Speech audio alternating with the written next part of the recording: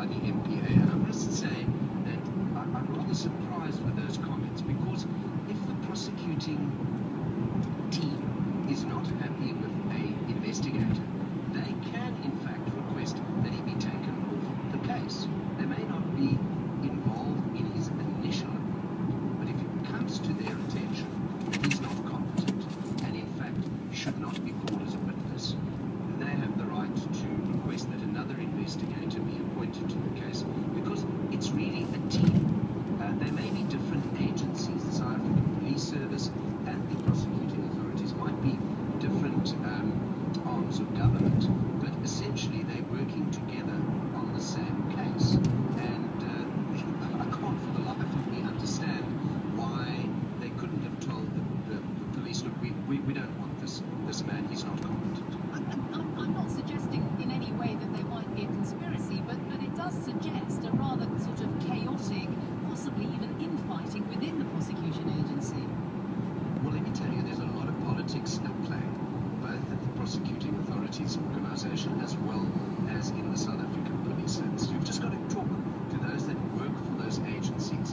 One will be amazed at the amount of infighting and politics that are going on, and that surely is not what it's about. The police are there to act and investigate cases properly. They're not there to mess up cases. They've been doing that for years and years in South Africa. They don't seem to learn. They trample on crime scenes, they contaminate crime scenes. Time and time again, accused people are actually acquitted because of it. The prosecuting authorities, and I'm not saying they aren't competent prosecutors, there are very many efficient, top-notch prosecutors, but there's a lot of politics and disagreement that seems to be going on, instead of concentrating on what they are supposed to do, and that is prosecute somebody they feel is guilty, oppose bail if they feel the person shouldn't get bail, but then they must do so in the right circumstances, have the facts at hand, and not oppose bail, as I believe has been done here, when, if you look at it objectively, I don't think there was a reason to oppose bail ever for Mr. Pistorius. Just give us, given what you're saying about the way in which the police conduct themselves in crime, in cases like this, give us an idea of what the public perception of the judicial system is generally, and also of how the police conduct themselves. Well, I think the public perception of police, South African police force, is pretty low. And I'm not saying they're not, in some instances, doing their job under very difficult circumstances. Many police officers in South Africa are not properly trained. They can't deal with public issues. Communication is bad. And they are overburdened. There are too many cases being investigated, let's say by one investigator. And that person, it's impossible for them to cope. So that needs to be rectified. Better training, more police officers appointed. As far as the courts are concerned, there are massive delays in the courts. I think there is amongst the public serious concern about this cases take too long before they are dealt with. However, the standard of our judiciary, I think, is good, and the standard of many of the prosecutors is also good. That was William Booth, Chairman of the Criminal Law Committee of the Law Society of South Africa, speaking to me on the line from Cape Town. Well, given what we just heard him saying about the public perception, let's hear a little bit about what the people on the streets of Johannesburg are saying. They're not very impressed with what they've seen in the Oscar Pistorius case.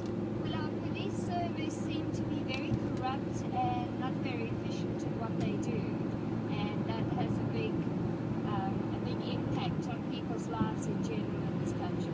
He's not the appropriate person to continue with the case, so I think they should, look for someone else, because that just proves that it's not, fit enough to carry on with the case.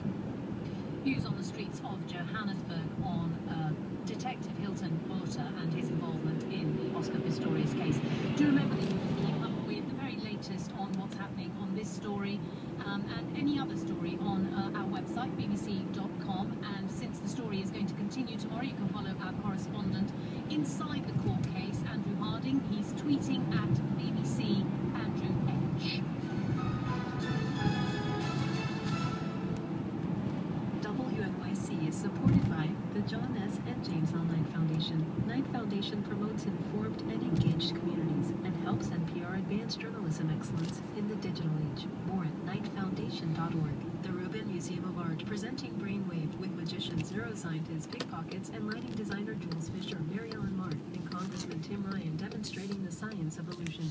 Tickets at rmanyc.org/brainwave.